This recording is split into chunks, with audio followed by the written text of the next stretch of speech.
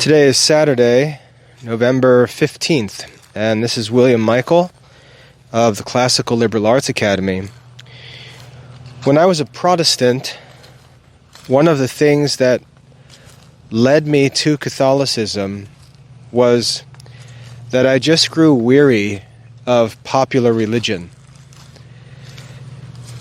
If you're an unbeliever, picking up a Bible, reading the Bible, reading random books, things like that is interesting, maybe inspiring.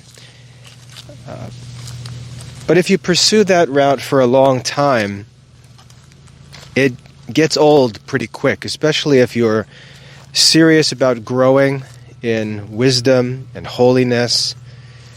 You realize quickly that popular religion, independent religion, is really a dead-end road.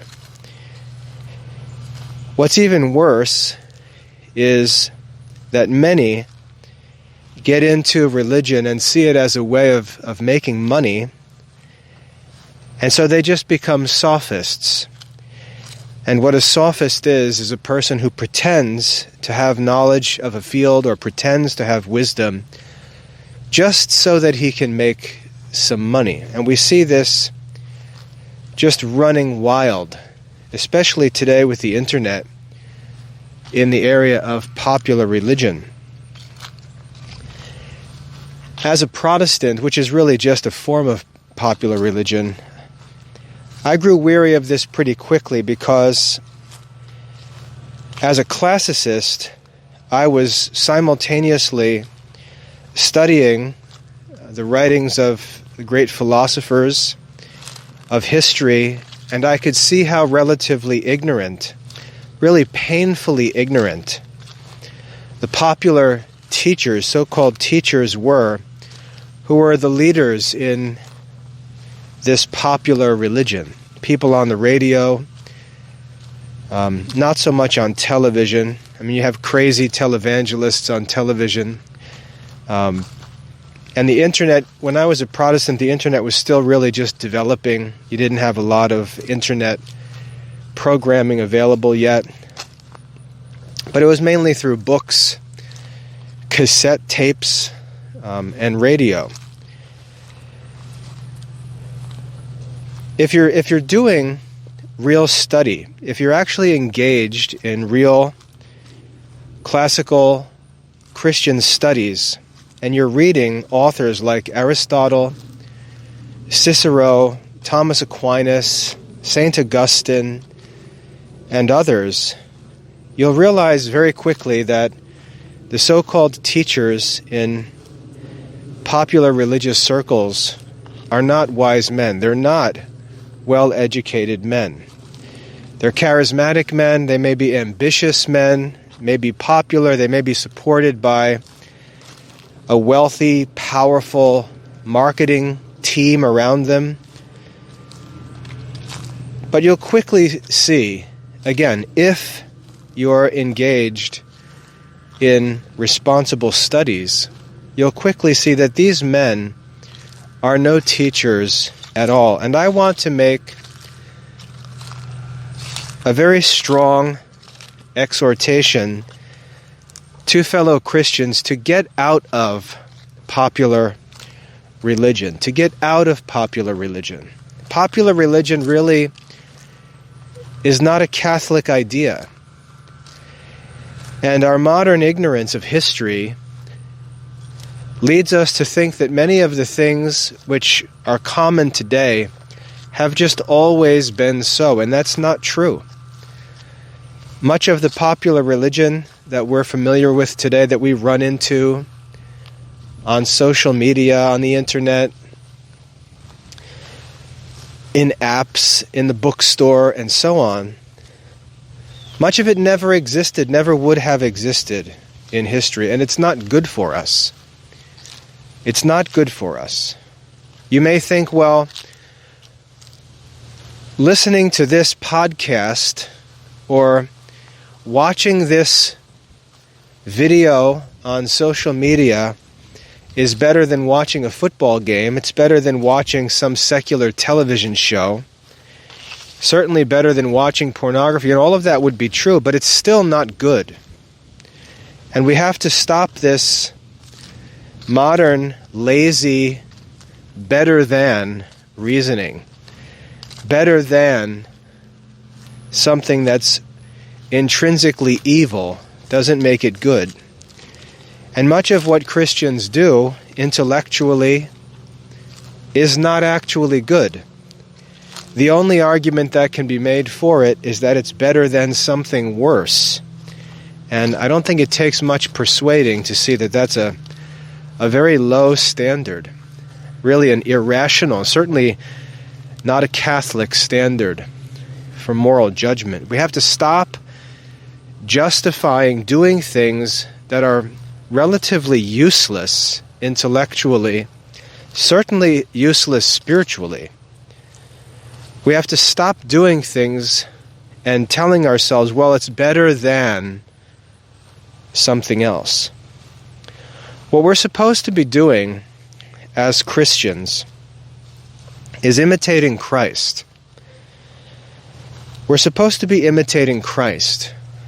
And Christ's moral rule for us, the rule that he taught us, was not to always make sure you're doing something better than someone worse.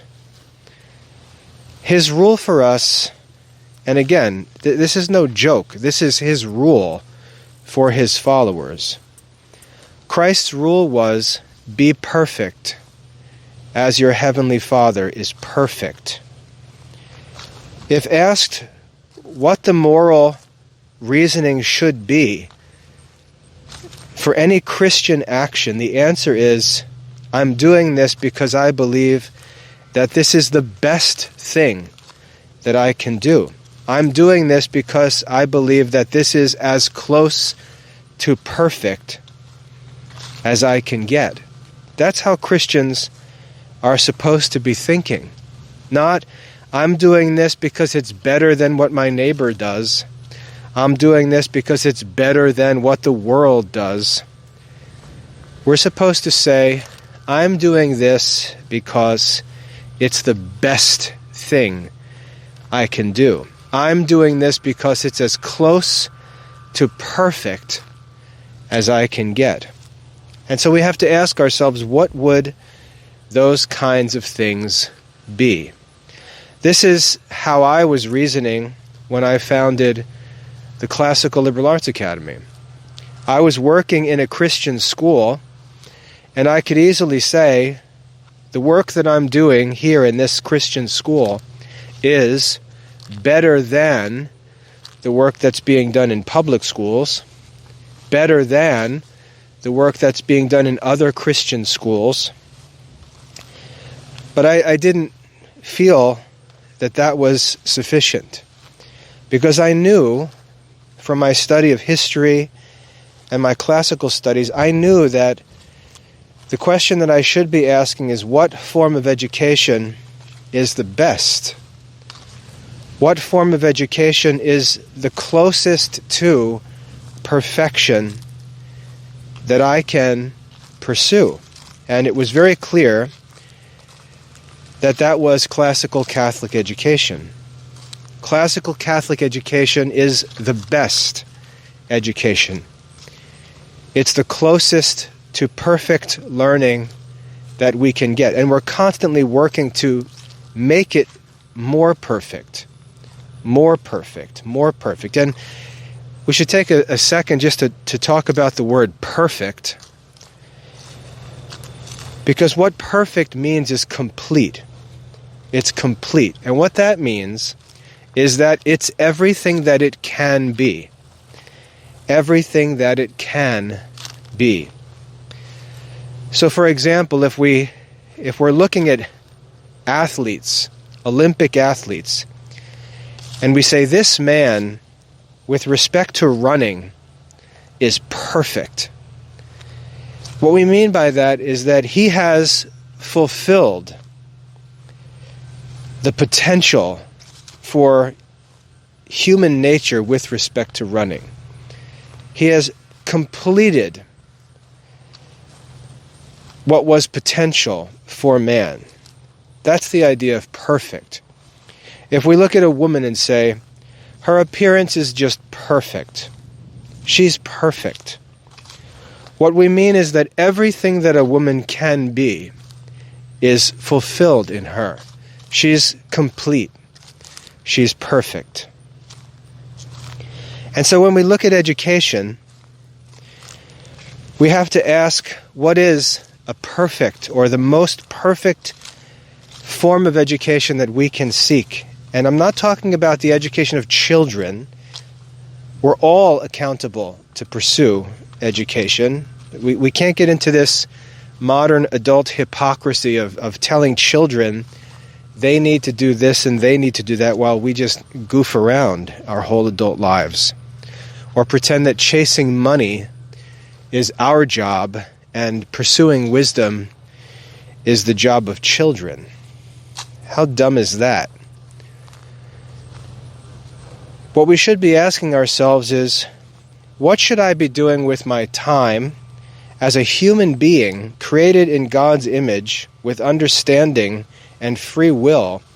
What should I be doing to be perfect, to be the complete human being? And this is an important question because running fast really is not peculiar to human beings, nor are we even the best at it. A horse can easily outrun a man, and so all of the glory and praise and awards we might give to a man for being a fast runner don't mean anything when we stand him next to a horse. If it's speed that we want, the horse is greater than the man. If we look at the natural world, the beauty of a woman, the physical beauty of a woman can't compare to the beauty of the ocean or the beauty of a mountain range or the beauty of the heavenly bodies on a clear night. Physical beauty is really not the peculiar quality of human beings. And when we identify not even the peculiar quality, but really the essential difference, the special difference, which separates human beings from all other creatures, which actually makes human beings the greatest creature in the entire universe. It's not physical strength, it's not beauty, it's intelligence, it's understanding, it's reason. Intelligence is our defining characteristic. Intelligence is what makes a creature a human. You can have 2 legs and just be a chicken. You can have a beautiful face and be a cat. But if you have intelligence, you must be a human. It's what's called the special difference in philosophy that makes a human being what it is. And so as human beings, we should be seeking to be perfect. And that doesn't mean a perfect runner. That doesn't mean a perfect fashion model. It means a perfect, rational creature. We should be seeking to become perfect with respect to our nature. We should be seeking to fulfill God's intention for us as creatures made uniquely in His own image. And that leads us to the pursuit of understanding. And when we start to think about, well, what should we study? What is it that we should study? The obvious first answer is, well, we should study to know God, the creator and source of the whole universe, of everything that we see, and of the knowledge and understanding and reason that's present within us. The ultimate study, the highest and most perfect form of learning, is the knowledge of God Himself, which is known as theology, the science of God Himself. So that knowledge is wisdom in the most proper sense of the word. Theology, the knowledge of God, is the most perfect learning. So a secular educational program fails in not being worthy of the human beings who study it. A secular educational program cannot be perfect, and therefore cannot be the course pursued by any Christian person who's called to perfection. That doesn't mean that we need to begin studying theology directly. In fact, we will learn that we can't do so. And so when we look back to the history of wise men, we look back to the history of great philosophers and great theologians, doctors of the church. I'm not talking about academic people with theology degree who are called theologians today. I'm talking about doctors of the church, the only true theologians. When we look back to the doctors of the church, we see that there was a process by which they ascended in their study and knowledge of theology. Some of it mystical, for sure, but much of it systematic, even academic. We see great academics like St. Augustine, St. Thomas Aquinas, St. Albert the Great, and so on.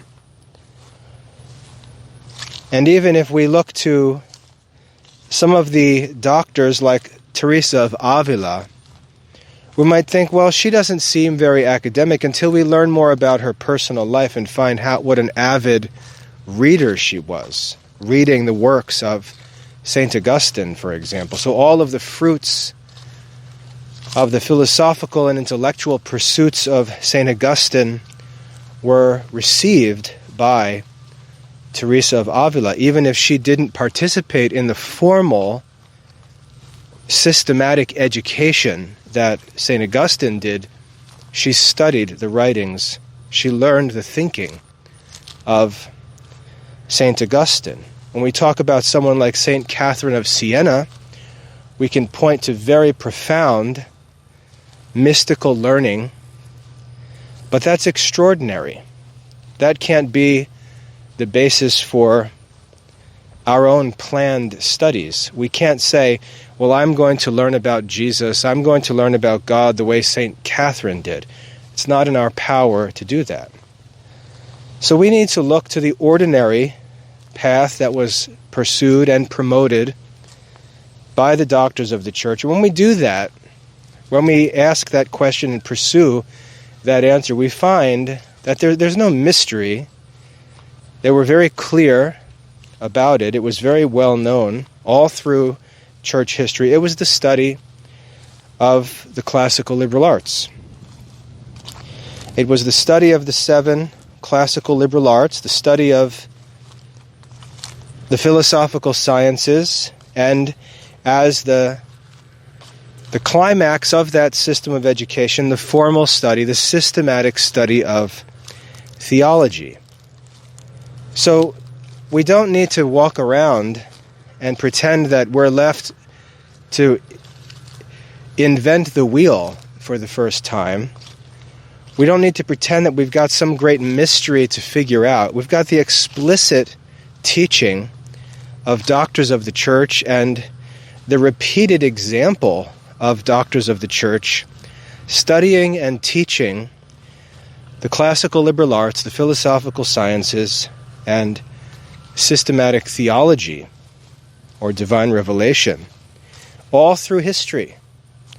And if we pursue any other course of study, I think we have to give an account for that and answer the question, what in the world are we doing? If the doctors of the church do this and tell us to do this, and they've left behind libraries of instruction and lectures where they've taught through all of these subjects, why in the world are we doing what unbelievers are doing? Why are we following popular charismatic religious celebrities, which none of the doctors of the church recommend to us. And I don't mean recommend by name, obviously that's impossible, but I mean the format, the structure, the content, the entire arrangement of this popular religious teaching on social media, all across the internet, in privately published books and so on. The doctors of the church don't recommend that we just go and surf the web and wander through all different disconnected, random, topical videos like this, for example. Like this talk. This talk would not be necessary if Christians were doing what they were supposed to be doing. Why are we doing this? Why are we pretending that this lazy, passive, video watching, podcast listening is what we're supposed to be doing? It's not. We need to imitate the saints. We need to listen to and obey the counsel of the doctors of the church. And their counsel is very clear. First of all, true religion is not just a matter of information. That's a Protestant idea, that we just need to understand things clearly, and when we understand them, then we've got it all right. Then we're real Christians, when we know Christian doctrine. Even in ancient philosophy, Aristotle taught that the goal of studying moral philosophy is not to know what's good.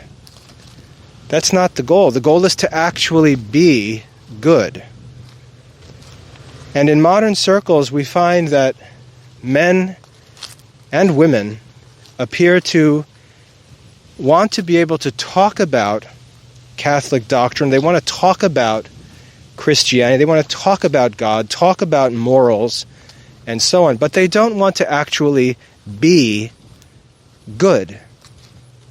They don't want to actually model what they say is true and good. They just want to talk about it. And they see talking about it as the fulfillment of it. Everyone wants to be a lecturer. Everyone wants to be a podcast host. Everyone wants to be an author, maybe a college professor. But when you get to the real work of Christian religion, you get to the real work, formal education, the formation of young people, evangelization, the real work that we see the apostles doing, that we see Christ doing, that we see the prophets doing in the scriptures. We don't find men or women interested in that real work. We don't find men and women interested in actually following and imitating the saints.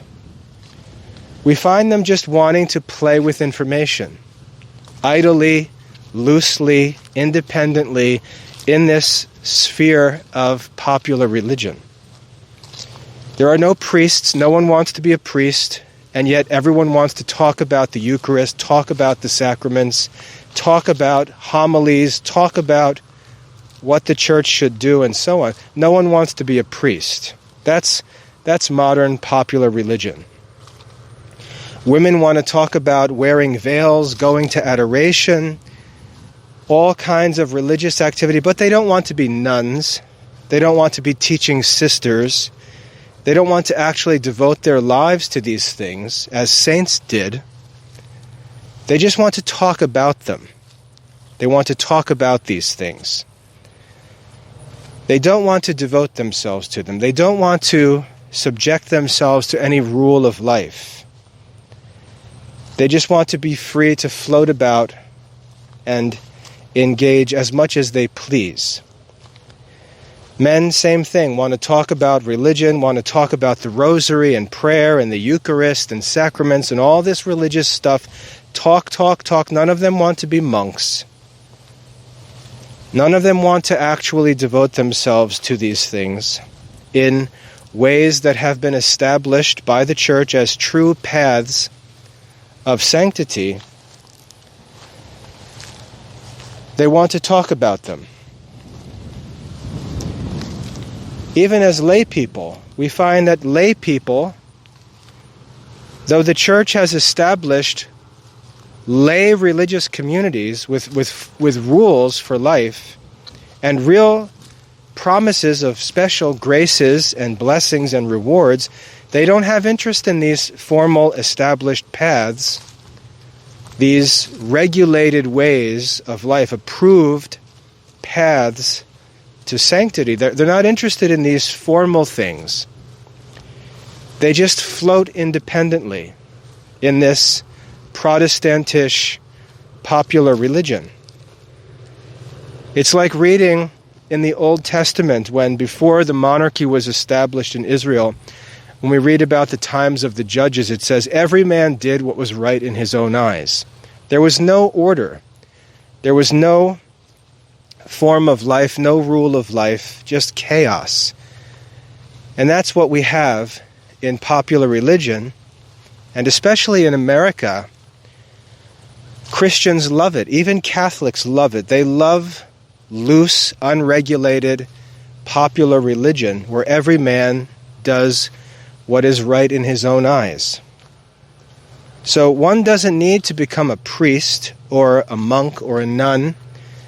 Even, as I said, even lay religious communities are not pursued because of this desire to just wander, this spiritual, intellectual wanderlust that doesn't want to submit itself to any structure or any rule. And this desire to have no rule is contrary to the way of the saints. It's contrary to the way of the saints. So for all this religious talk, we're not like the saints. We're not being like the saints. Most of the saints, nearly all of the canonized saints, lived according to some rule of life approved by the church. And you can make an objection and say, oh, well, what about the Martin family? You can name your handful of lay saints, but I challenge you to dig deeper into their lives and ask whether they lived the way that you live. If they lived this loose, popular religion, just kind of gobbling up resources all over the place, or whether they lived according to a rule of life. St. Thomas More, for example, who's often presented as a lay saint, lived a very strict rule of life. Some say he was a member of the secular order of Franciscans, others that he was closely associated with the Carthusians and would have been a Carthusian himself. We know details about his life, his personal disciplines. He lived a very carefully regulated life. He slept only 5 hours a day, lived wearing a hair shirt under his clothing. He wasn't like modern popular religion Christians. He lived a very strict, a very sacrificial life, which ultimately led in his voluntary death for obedience to the Pope. That was what he died for. He died for obedience to the Pope. Not for an idea, not for some doctrine. He died in obedience to the Pope. And so when we look at what the saints actually teach us, what the doctors of the church teach us, they don't present to us in any way this modern, popular, Catholic, internet religion where we just bounce all over the place listening to whoever the speaker of the day or the podcast of the day may be. They don't recommend to us this private publishing company spiritual life where we read whatever this or that publisher happens to put out in the name of whoever the celebrity of the month may be. We're reading such garbage, studying such garbage, that it may be interesting, short term, may be curious, may gratify a love of reading, which is not true learning, by the way. And we're doing this, we'll justify it by saying, well, it's better than fill in the blank. It's better than this or that.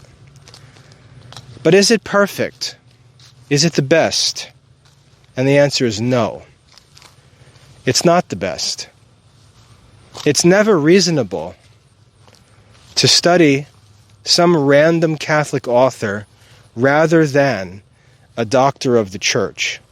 It's never better to study some random person promoted by the publishing company marketing team rather than Saint Augustine or Saint Alphonsus Liguori or Saint Thomas Aquinas. I mean, never. There's no way you can ever say, this is better than that. This is the best thing that I can study. This is the best thing that I can do.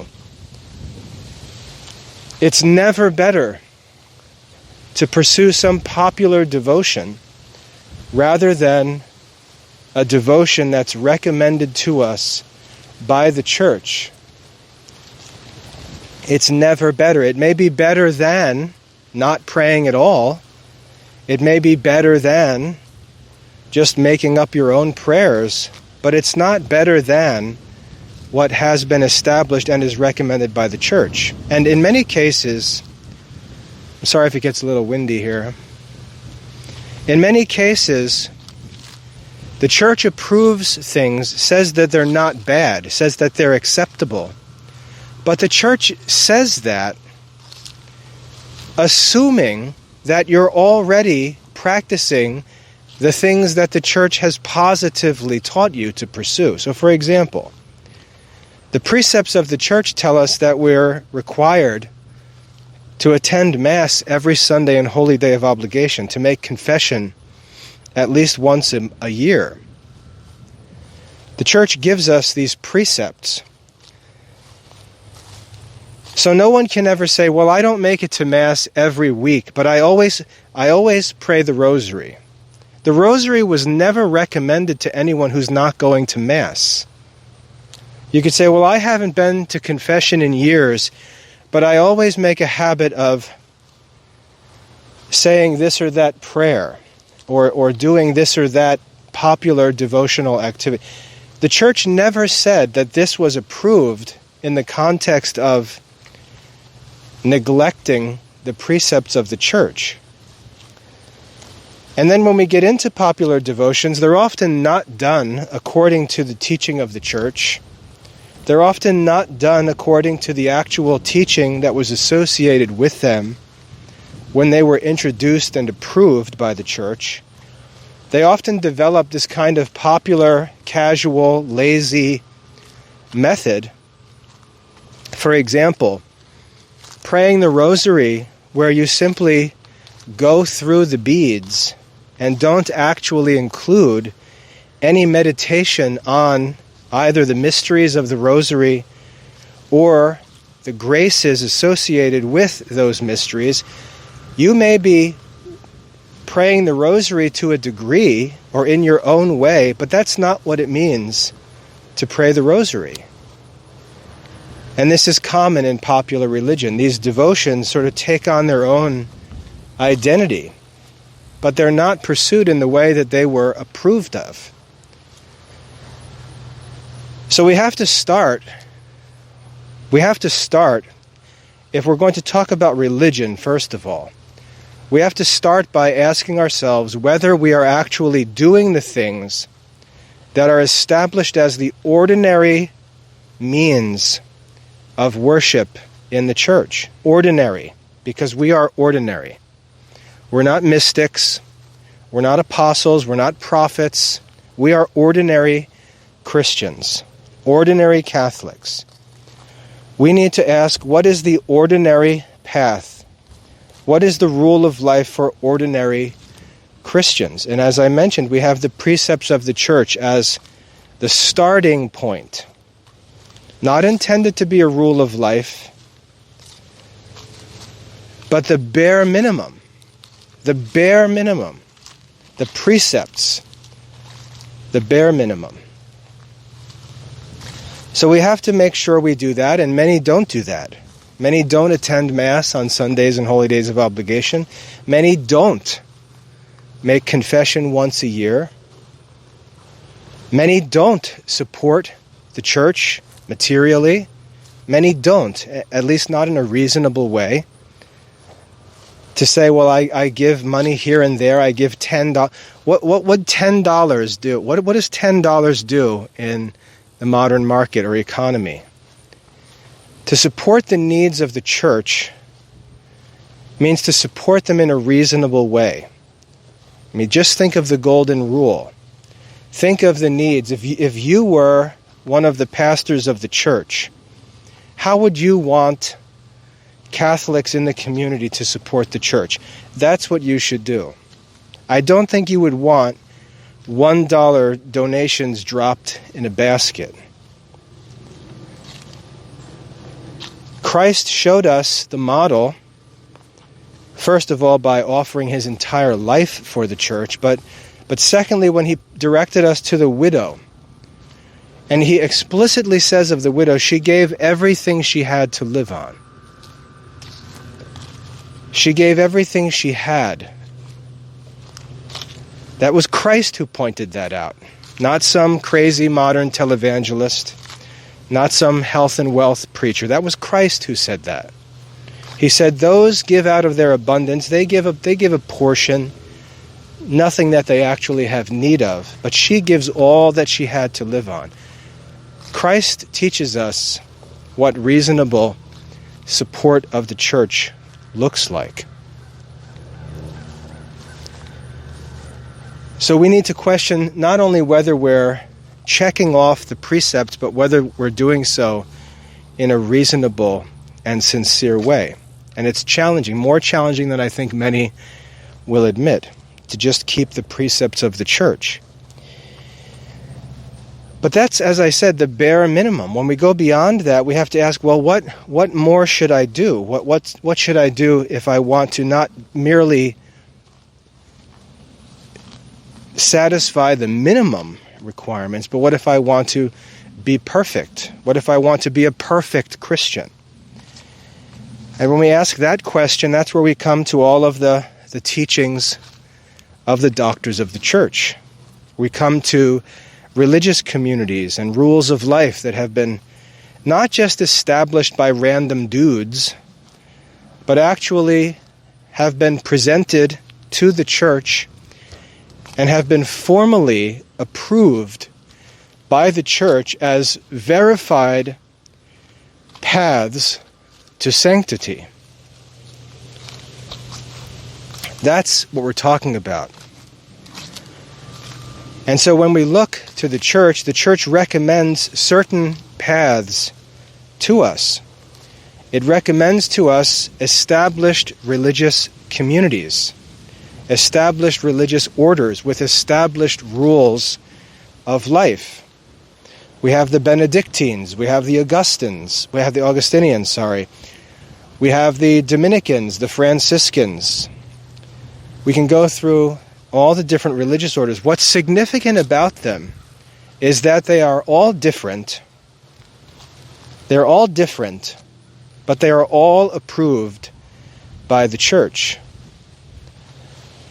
They're all approved paths to sanctity. They all include rules of life.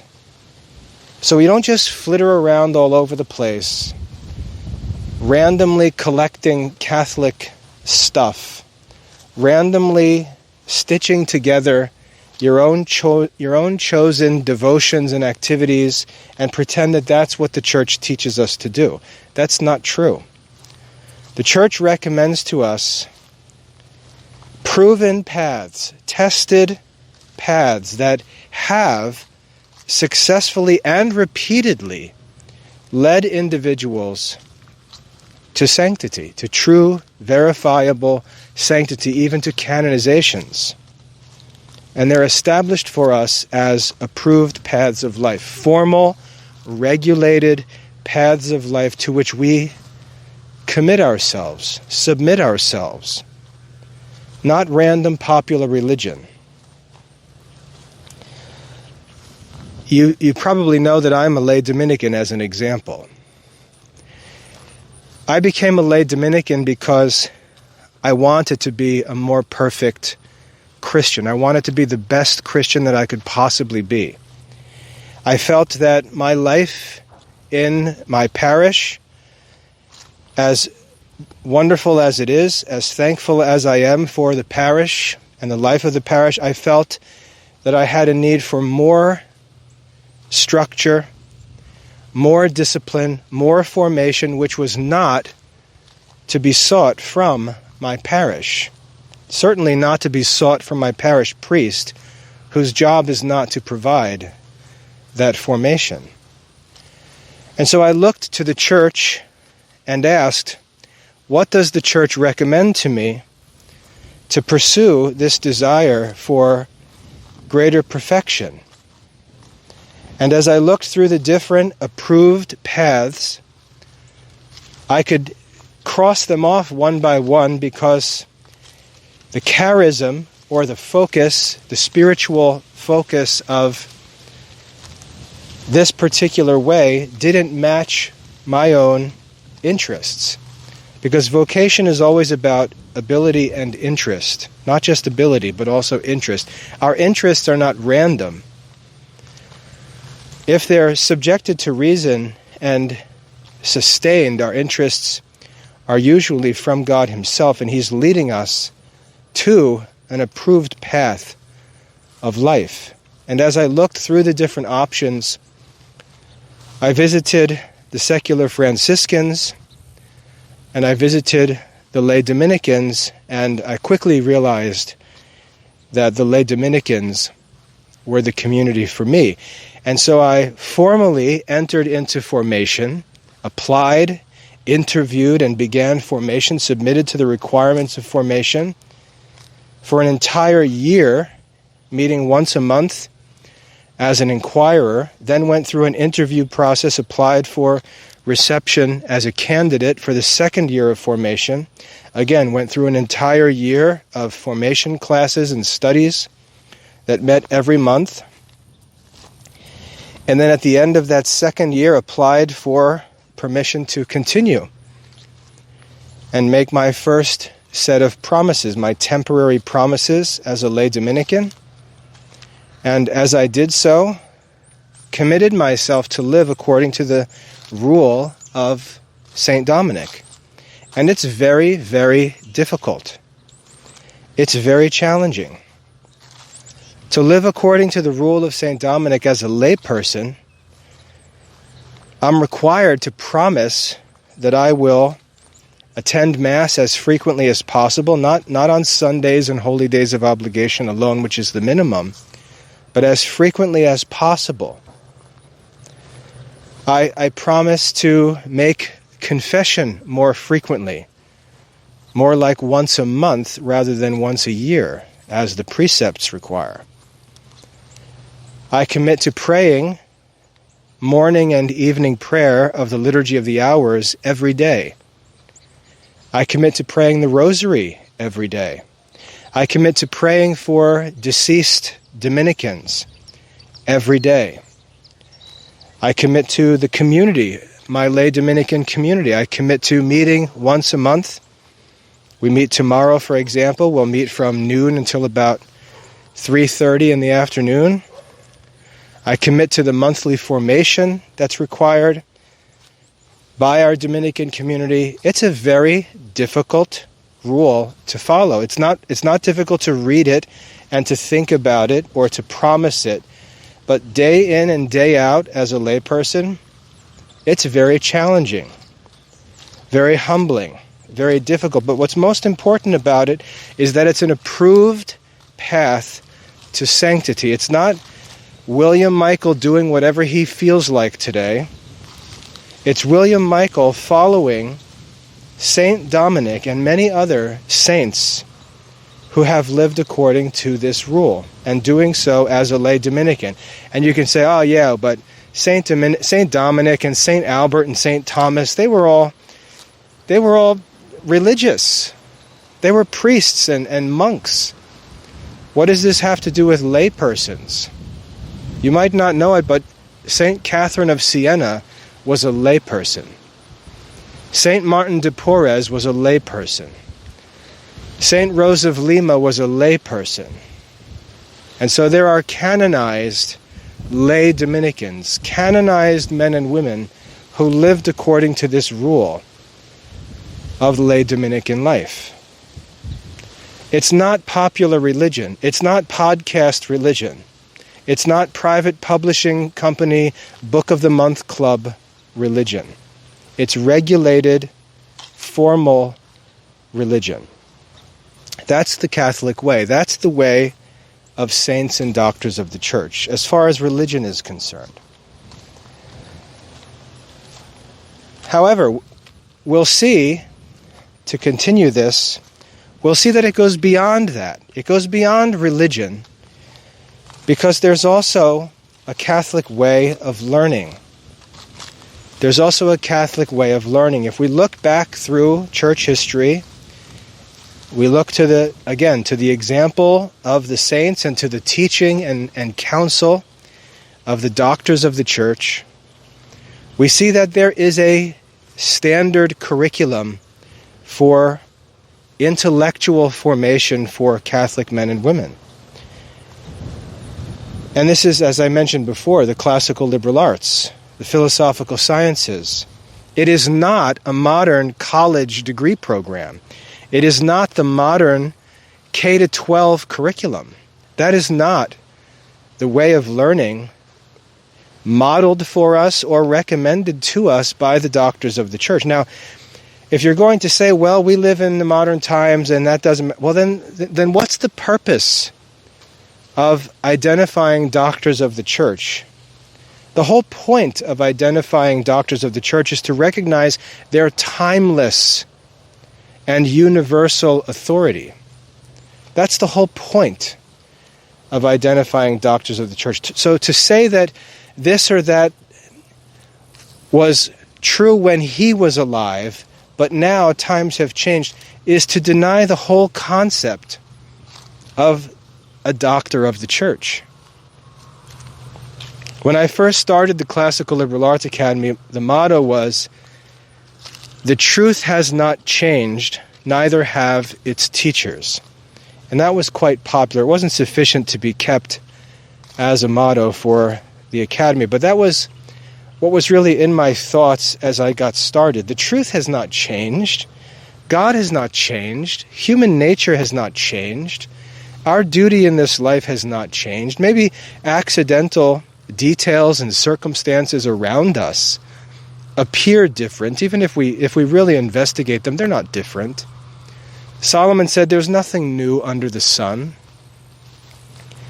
And we can't be deceived by shallow appearances. If we really look, nothing has changed.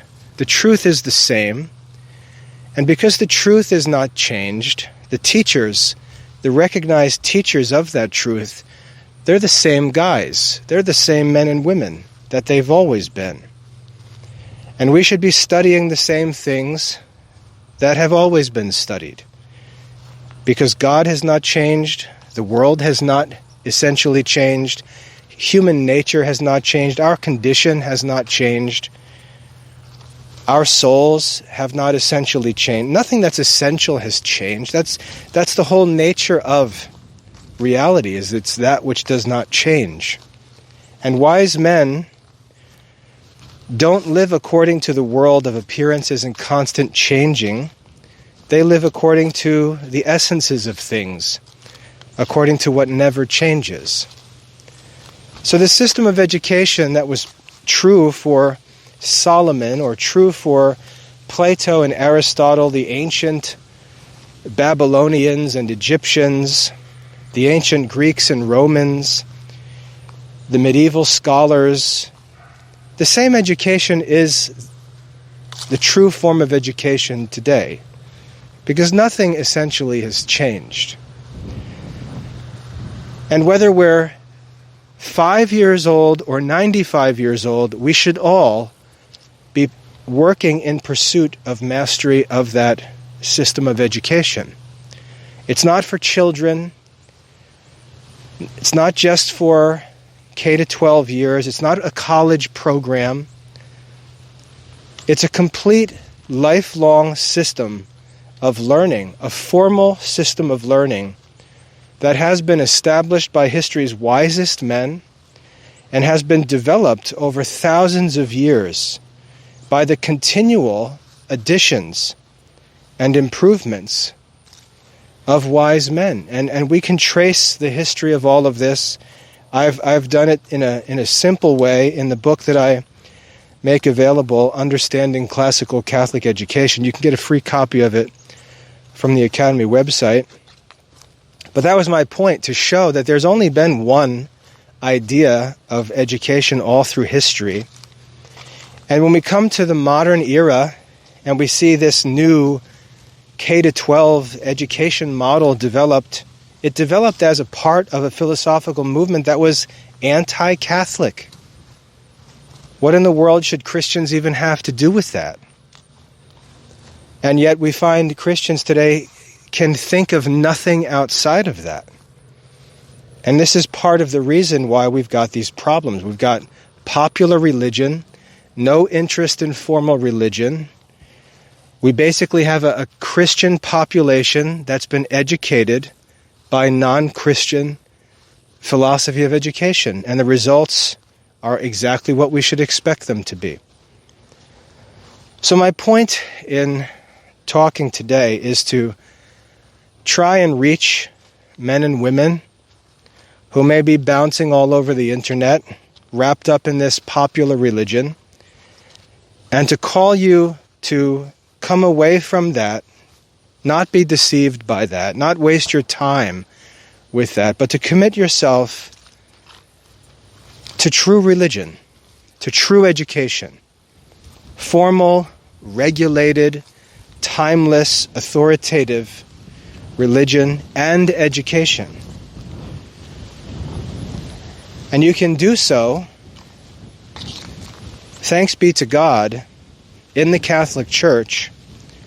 But you've got to be intelligent. You've got to know how the Catholic Church actually works. If you show up at a Catholic church on a Sunday morning where they're celebrating Mass, that's not the Catholic Church. That's one piece of Catholic life.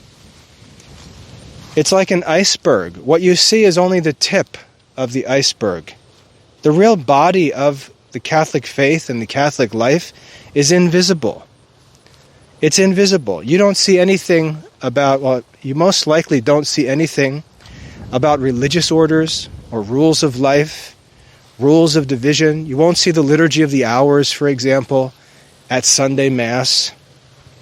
You won't see the writings of doctors of the church. You won't see histories of the lives of the saints. You might see some stained glass pictures of saints or paintings, maybe a statue. But you're only seeing the tip of the iceberg when you visit a Catholic parish, and it's not the parish priest's job to give you everything. It's your job to seek it. It's your job to seek it, and you have to operate according to the rules. St. Paul talks about this in the New Testament. If you want to say, well, I'm a Bible Christian. Well, St. Paul tells you that your idea of religion is false in the Bible. He says that all men run, but you have to follow the rules in order to win. The fact that you're running doesn't mean that you're in the race. The fact that you're running doesn't mean that you're going to win. You may in fact be disqualified already and are still running like a fool. You have to run according to the rules, St. Paul said. He said in I think it's 1 Corinthians, all things should be done decently and in order, because there is an order in all things. There is order in the Christian life. There's an established hierarchy in the Christian life. There's an established, visible, hierarchical church in the Christian life. God didn't simply toss a Bible down from heaven and say, go get it, boys, and we all tear at it like a bunch of hungry dogs to try to figure out what religion is. We live 2,000 years into Christian history. There have been billions of Christians before us. And we can't be so stupid as to think that we need to figure things out for ourselves. That's not running according to the rules. So I'd like to challenge Christians or non-Christians to think about what you're doing. Whether it makes any sense, it doesn't. If you're wrapped up in all of this popular religion nonsense, chasing Christian celebrities, and even good things. I mean, to be fair, you can take, let's say, Father Mike Schmitz reading through the Bible in a year. And that's better than nothing, right? Better than not reading the Bible. Better than listening to a Protestant read through and comment on the Bible. But that's really not how the Bible is to be studied. That's really not how sacred scripture is to be studied. By simply sitting back and listening to a podcast. You may purchase a book that, the Summa Theologica in 50 pages. Okay, it's better than nothing. But that's not how you study the Summa Theologica. Why waste your time? That's obviously not what it means to have the wisdom or pursue the wisdom of St. Thomas Aquinas. Why don't you actually commit yourself to study like Thomas Aquinas? Because it's a systematic way of learning. He wasn't just gifted. He didn't just wake up one morning and all of a sudden the Summa Theologica kind of came to him. He studied for 50 years to learn and teach what he did. He was a schoolman. He was an academic. He taught in a university. He wasn't some random guy gobbling up whatever happened to come off the press in the 13th century. He wouldn't have been bouncing around through podcasts. He would have been in formal studies. And I'd like to challenge you to grow up. To grow up. Become one who pursues a regulated life. One who actually imitates the lives of the saints, who actually observes the counsel and example of the doctors of the church. Don't deceive yourself pretending to be doing something that you're not actually doing. To watch a movie of a life of a saint is not to be like that saint. If you're going to pay attention to the lives of the saints, imitate their practice. And most of the movies about the lives of the saints don't show you their rule of life. They just dramatize the highlights of their activities. You don't see the daily prayers of John Bosco. You don't see the fact that his ministry with those boys lasted for 50 years. You see an hour of highlights and you feel good and think that because you know about John Bosco, you're now a friend and companion of John Bosco, where you may be doing nothing like John Bosco. So don't be deceived by this passive spectator media consumer religion that's popular today. It's not real religion. It's not real education. I'd like to challenge you, as I said, to grow up intellectually and spiritually and to run according to the rules that you might actually win. The Catholic Church makes everything available to us, not easily. It doesn't cast its pearls before swine. You've got to go and ask and seek and knock to find them. You've got to be patient at times. You've got to travel sometimes. But you've got to make a reasonable effort. And as far as intellectual formation goes, you can find the system of learning that was taught and modeled by the doctors of the church in the Classical Liberal Arts Academy. It's what it was created for. So if you're interested in pursuing these formal studies, I'd like to invite you, as the director of the program, I'd like to invite you to join us in the Classical Liberal Arts Academy. Everything is available online. You can study from home every day, all year, your entire life. You can start your children in this system of learning. You can start it yourself as an adult, and you can continue in it for the rest of your life. It's not a hypocritical modern school that tells children to study while the adults goof around. It's a community where the adults study and they tell the children, as Christ did, to come and follow them in those same studies. So if you're interested in pursuing a formal study of the classical liberal arts, of the philosophical sciences, and of theology itself, I invite you to join us in the Classical Liberal Arts Academy. You can learn everything that's needed to be known by visiting classicalliberarts.com.